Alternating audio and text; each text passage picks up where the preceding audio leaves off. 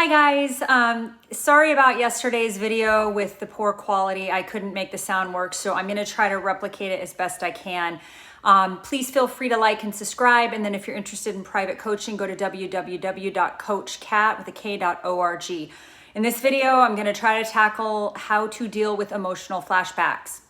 So what is an emotional flashback? Well, it's when your amygdala is getting triggered and your prefrontal cortex is not working properly. Basically, your brain feels like it's short-circuiting and you can't really create order or safety. When the emotional flashback is happening, you tend to get stuck in depression, fear, shame, hypervigilance. You actually sometimes might get lost where your sense of time is distorted and days can pass where you have no concept of what is happening. You can get stuck in like this weird sort of, it's almost like a vortex. You might have trouble sleeping. You might wake up in the middle of the night. Sometimes you might have night terrors, anxiety. You feel like your heart is coming out of your chest. Sometimes you can forget to eat. You might feel helpless, shamed, fragile. Things might feel really difficult. Easy things that you used to do might start to feel impossible.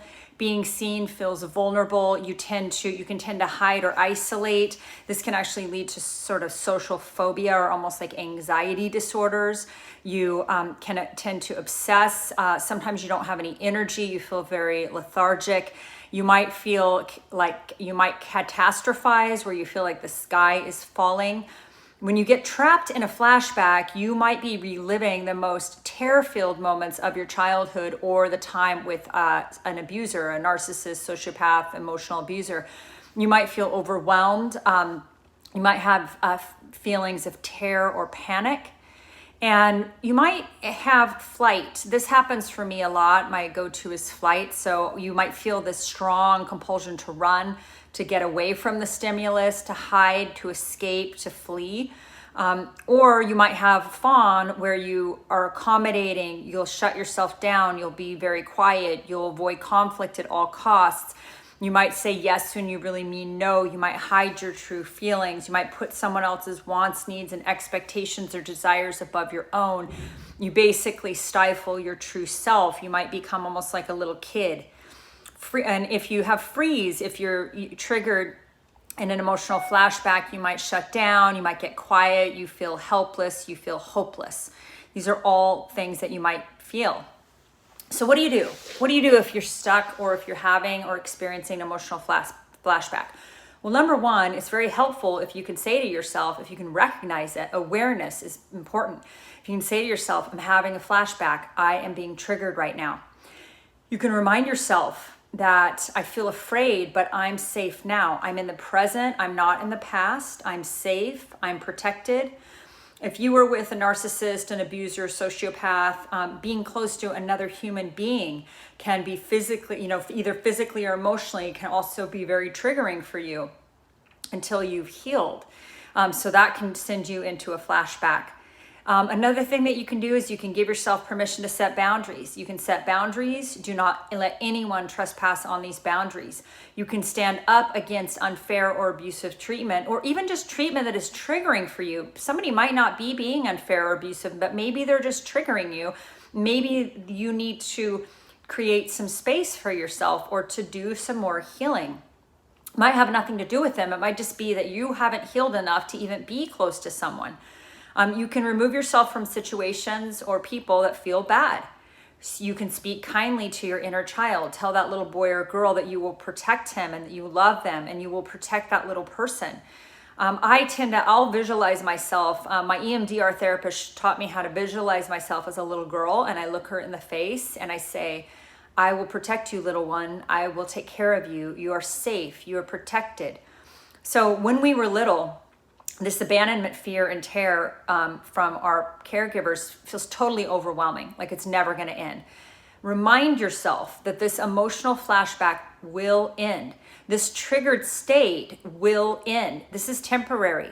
You're safe now. The scary time is over. Remind yourself that you are an adult and that you have friends and resources and protection and therapy, a therapist, and all the resources that you have to keep yourself safe. If you feel like a little kid again and you start to feel vulnerable and fragile, this is another sign that you might actually be in an emotional flashback.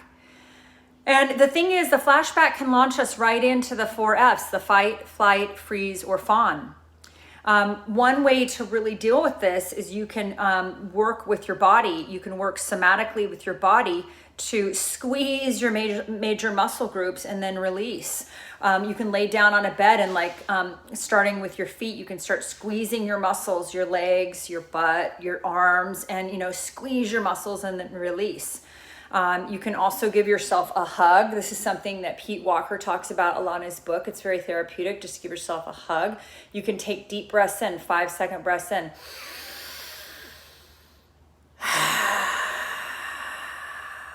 All of this is possible.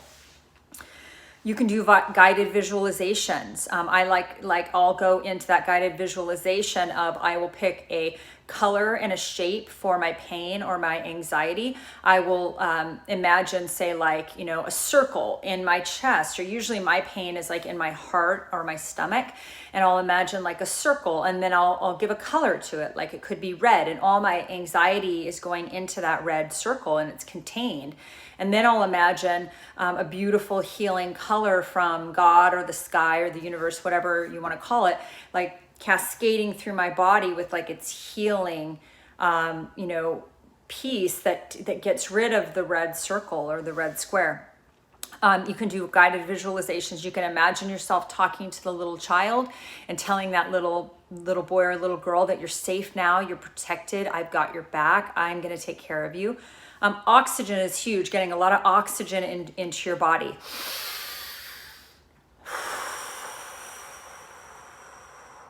Mindfulness, huge, being present, bringing yourself back to the present instead of being in that disassociative state, because that's what's happening. Basically, you disassociate. Your brain starts, your amygdala gets hijacked, you start disassociating. So bringing yourself back. Pete Walker talks about getting back. You can do tapping, getting back into your body somatically. You can start feeling, oh yeah, I'm here, I'm grounded, this is my body.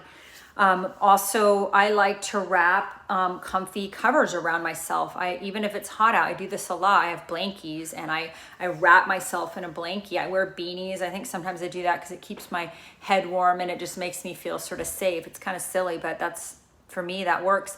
You can take a warm bath or a warm shower. You can go jump in the ocean. You can resist the inner critic catastrophizing and trying to control the future. We say this a lot in recovery. We say, God, grant me the serenity to accept the things I cannot change, the courage to change the things I can, and the wisdom to know the difference. Do not shame, hate, or abandon yourself. Do not abuse yourself in your head. Do not say, I'm so stupid. How could I have been such an idiot? Why was I so blind? Don't say that stuff to yourself, because that's why didn't I see this? Why didn't I know? Do not criticize. That inner critic has been going on in our minds since we were little kids, that perfectionist inner critic that says that we have to be perfect in order to be loved.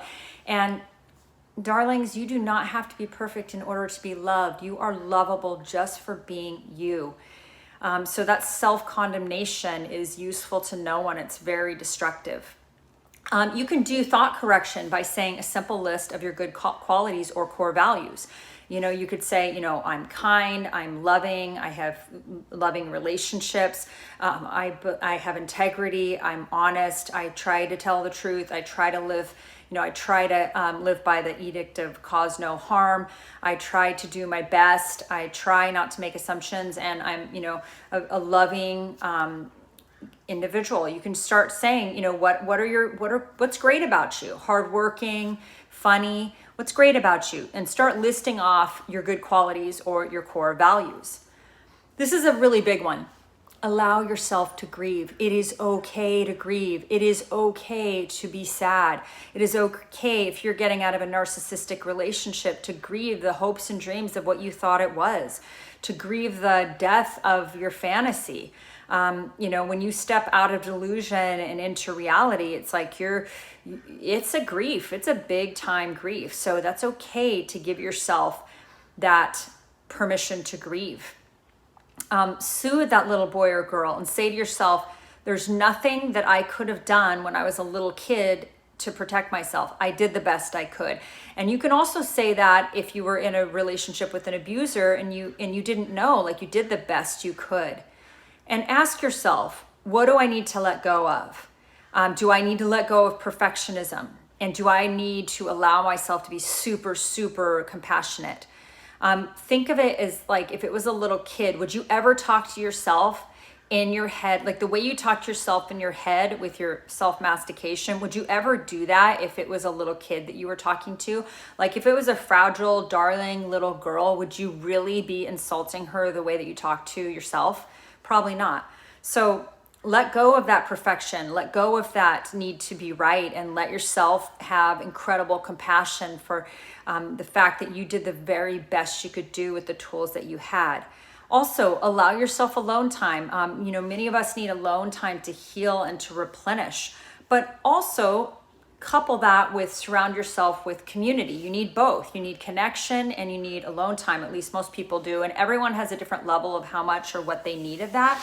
But you can allow yourself to be around safe people that do not trigger you. And conversely, don't isolate too much. You need a balance of alone time and not, in isolation. We need connection. We are interdependent. No person is an island. We need each other. And educate the people around you about your flashbacks and triggers. Your safe people, the ones who love you and care about you, will offer empathy and compassion, and they will not shame you for having these flashbacks. The fact that you're here doing this work means that you're not sitting on your ass saying, oh, woe is me, poor me, I'm the victim. That's not what you're doing. What you're doing is you're learning ways to manage your PTSD symptoms. You're managing and healing your trauma. You would not be on these videos if you weren't doing that. So give yourself some permission to congratulate yourself for doing the hard work that you're doing to sort of face this codependence, to heal your trauma. Remember that the chemicals that get released during the flashback can actually set you back for days in terms of your emotional and physical state. You can literally be horribly depleted. So on a very minimum level, avoid triggering situations. That's why we go no contact. That's why you remove yourself from any trigger of this abuser. You don't want to see what they're doing on Facebook or Instagram or any of that. It's better that you don't know what's going on. And remember, you can interact, you have the right and the permission to interact with safe people and to avoid interactions with unsafe people. And notice when you are notice this, what are you flashing back to? Are you flashing back to childhood abandonment? Are you flashing back to some abuse when you were a child? Are you flashing back to this place where you were completely helpless and powerless over the bigger people around you? Or are you flashing back to the narcissistic relationship where you were being abused physically, or are you dealing with sexual abuse? Like, it could be anything, but notice what you're flashing back to, and notice what was the unmet need when you were a kid? Were you neglected? Was it benign neglect where you just did not have your needs met for food and shelter and basic needs? Or was it emotional needs? Did you grow up, some people that are highly narcissistic grew up in very affluent families, but they had perfectionistic parents, and nothing they ever did was up to muster. And so they feel that they have to be totally perfect in order to be loved. Those are the ones that shut down. They often go to freeze. They sometimes turn into narcissists where they reject anything that's imperfect, and that's totally unrealistic because we're humans and we're all imperfect. And say to yourself, I am good enough. I do not need to be perfect in order to be loved. Reject perfectionism. Get past it. We are humans and we are not supposed to be perfect. Striving for excellence is wonderful. Being perfectionistic and absolutely insane about it is like awful. Like Anne Lamott says that perfectionism is the voice of the oppressor. It will keep you cramped and insane your whole life. I love her writings. And just remind yourself, you're good enough and you do not have to be perfect in order to be loved. If you have complex PTSD from childhood, you have literally spent years running on chemicals like adrenaline and cortisol. So you're almost like in a constant state of trauma until you become aware and you wake up and you start having the awareness of what is actually happening. And remember, do not shame yourself for having a flashback. Be kind to yourself. Think of yourself as a little kid. Think of yourself as that darling little child. I really hope that some of these ideas will help you to start managing these flashbacks, because I believe that the more real time we come into the present moment and we're able to sort of bring that drunk monkey that's been hijacked back into reality and really start using, this part of the brain and our emotional part of our bodies and somatically, get ourselves back into our bodies, back into the present moment, then we're less likely to be horribly hijacked by the past. So thank you so much. I hope you guys are doing great. Feel free to like and subscribe. And again, if you want private coaching, go to my website, www.coachcat.org. Thanks so much. Bye-bye.